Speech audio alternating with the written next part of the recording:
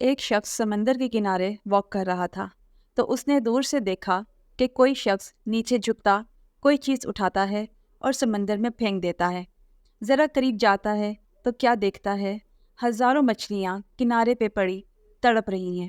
شاید کسی بڑی موج نے انہیں سمندر سے نکال کر ریت پر لاپٹ رکھا تھا، اور وہ شخص ان مچھلیوں کو واپس سمندر میں پھینک کر ان کی جان بچانے کی کوشش کر رہا تھا۔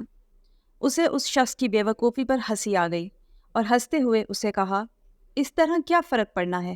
ہزاروں مچھلیاں ہیں، کتنی بچا پاؤ گے؟ یہ سن کر وہ شخص نیچے جھکا، ایک تڑپتی مچھلی کو اٹھایا اور سمندر میں اچھال دیا۔ وہ مچھلی پانی میں جاتے ہی تیزی سے تیرتی ہوئی آگے نکل گئی۔ پھر اس نے سکون سے دوسرے شخص کو کہا، اس سے فرق پڑا؟ یہ کہانی ہمیں سمجھا رہی ہے کہ ہماری چھوٹی سی کاوش سے بھلے مجموعی حالات تبدیل نہ ہوں، مگر کسی ایک کے لیے وہ فائدہ مند ثابت ہو سکتی ہے۔